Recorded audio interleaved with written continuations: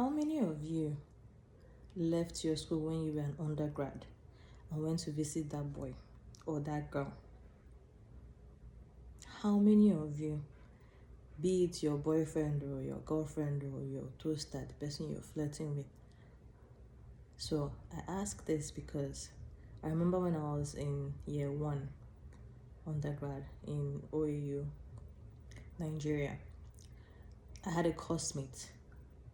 We were not in the same department, but we took some courses together.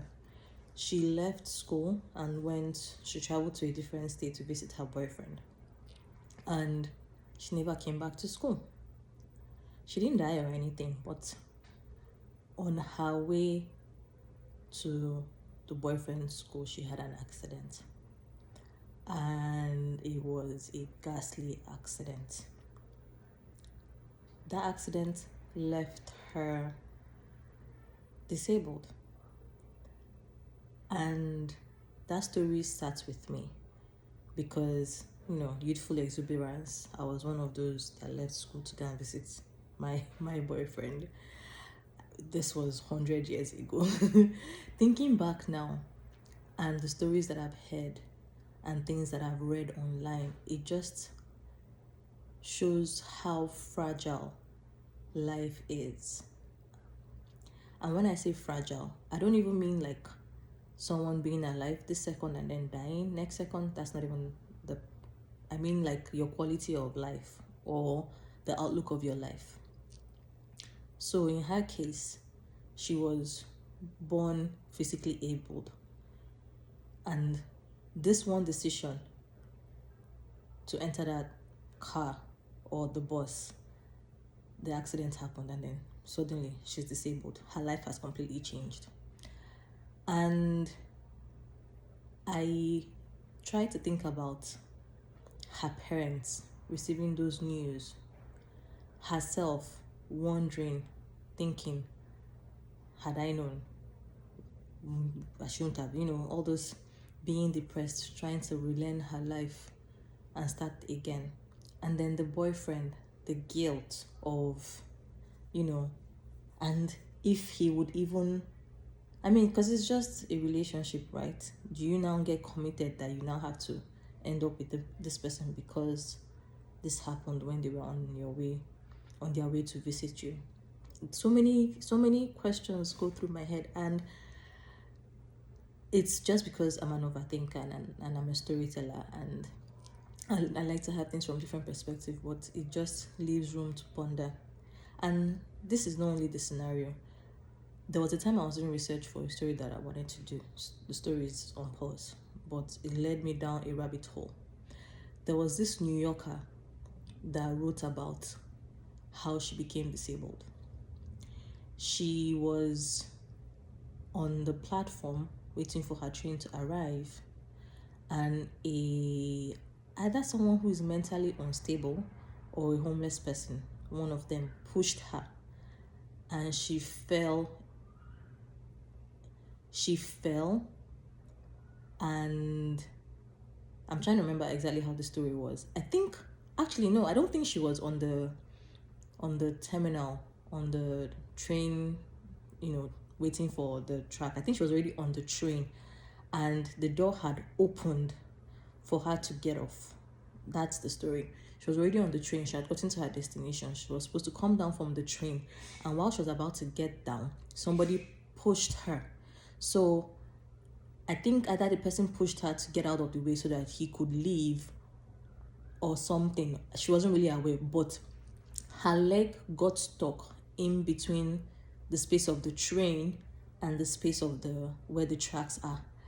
And the train now started moving. So it crushed her leg.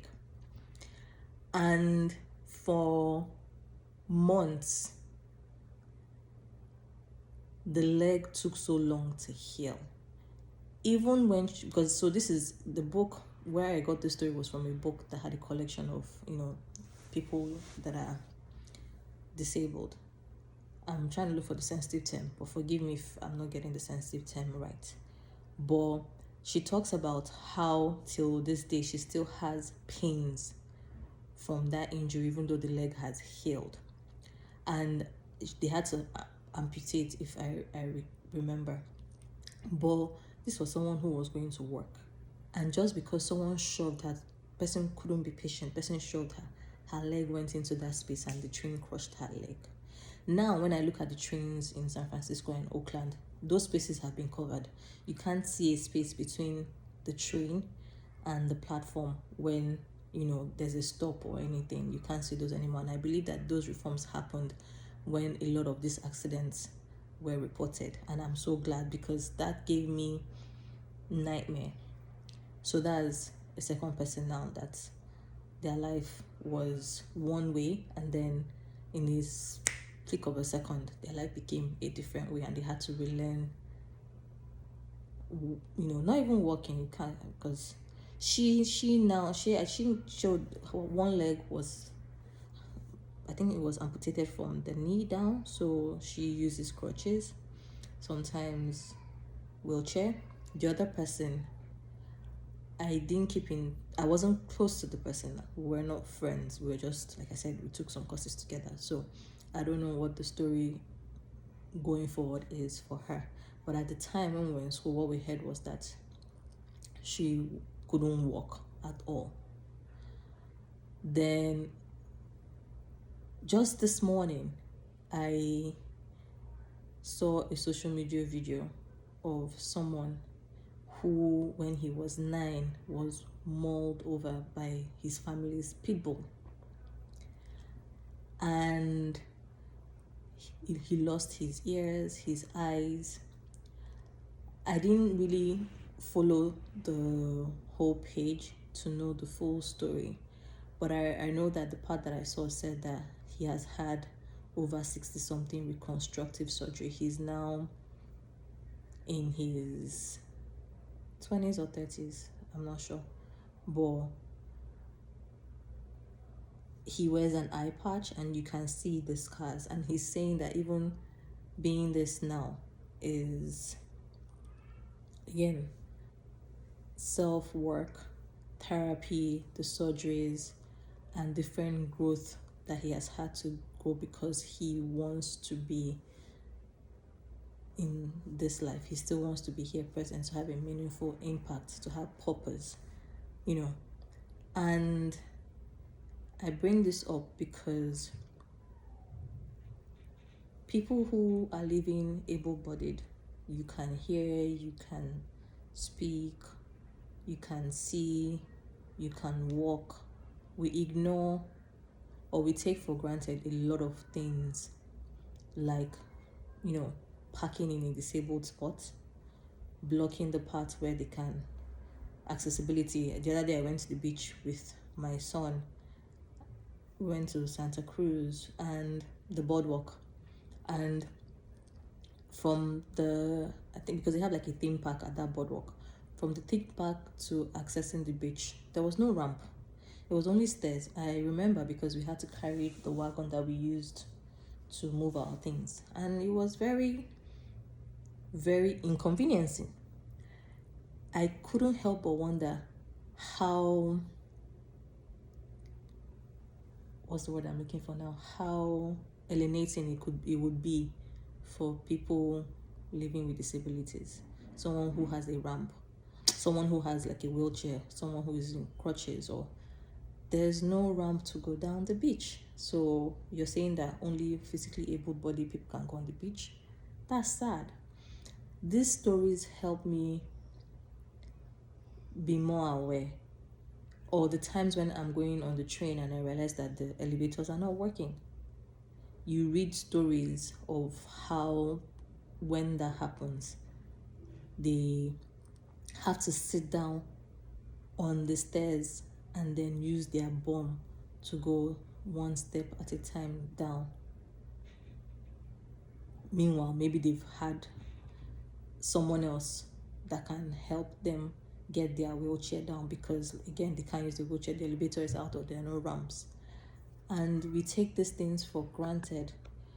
I'm of the opinion that all of us should be able to lend a voice, not ask them or make them feel like they can't do stuff for themselves, but like institutions that would make accessibility better, to make sure that those functions are actually in effect, that they are working. So elevators are being serviced and they're always on, the ramps are being created, things like that, not using the disability parking.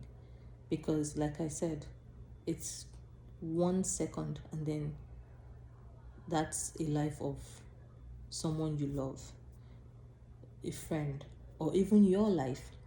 Another person talked about, this was on LinkedIn, another person talked about how she woke up one morning and realized that she was going blind.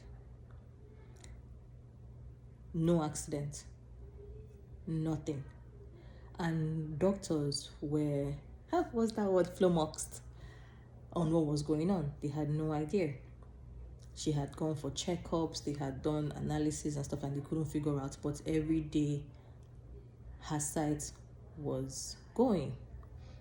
She talks about how she used AI to figure out what it was. She imputed all her symptoms, and the prompt she used on the AI was to find the research on that. And the AI was able to look through ages of research to narrow down a research paper that was about, I think, 90% close to what she was experiencing. So she took that paper that was a proper, what's that word, research paper, no, when something is like a medical article, I can't remember the term now, but you get my drift.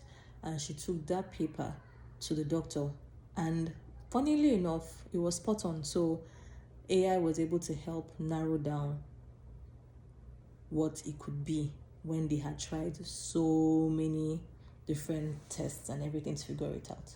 So right now she says that she's on medication, and medication seems to have stalled I think it's a degenerative thing. It's not a disease that incurred, but like it's a genetics type of thing, something like that. So it has stalled it. It hasn't reversed it. It hasn't stopped it, but it has stalled it. And again, that only means that there's a possibility that one day she would actually be blind. And this is someone who has lived all her life with her sight. That means she has to learn again the things that she has known. She has now learned it as either a blind person or partially blind, or whatever the situation is. We should be able to open our eyes and our awareness to the possibility of these people, that this is our community, and that we help one another. That tomorrow it could be you, tomorrow it could be me. The Christian me is about to say God forbid, but the truth is you cannot control the cards that life hands you. Let's just be better people and find a way to advocate when we can, where we can, for accessibility, for be it deaf, blind, disabled, whatever disability, even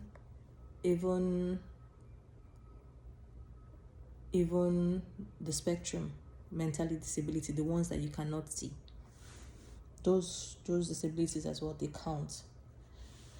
I don't know, this is my musings for today, and it has had me for the better part of how many years? And the more research I do, the more stories I hear, I believe that we have a service to ourselves. Like Igbo people say, the left hand washes the right hand, the right hand washes the left hand, and together both hands are clean. This world is for us. We live in this world together. So let's make it better to live together, and more accessible, that we can make key memories for each other, and not just because it benefits us. Let's try to see beyond what our eyes can see, but perceive it from someone else's perspective. That's my musings for today. Okay. Peace. Peace, peace, peace, peace, peace. Bye.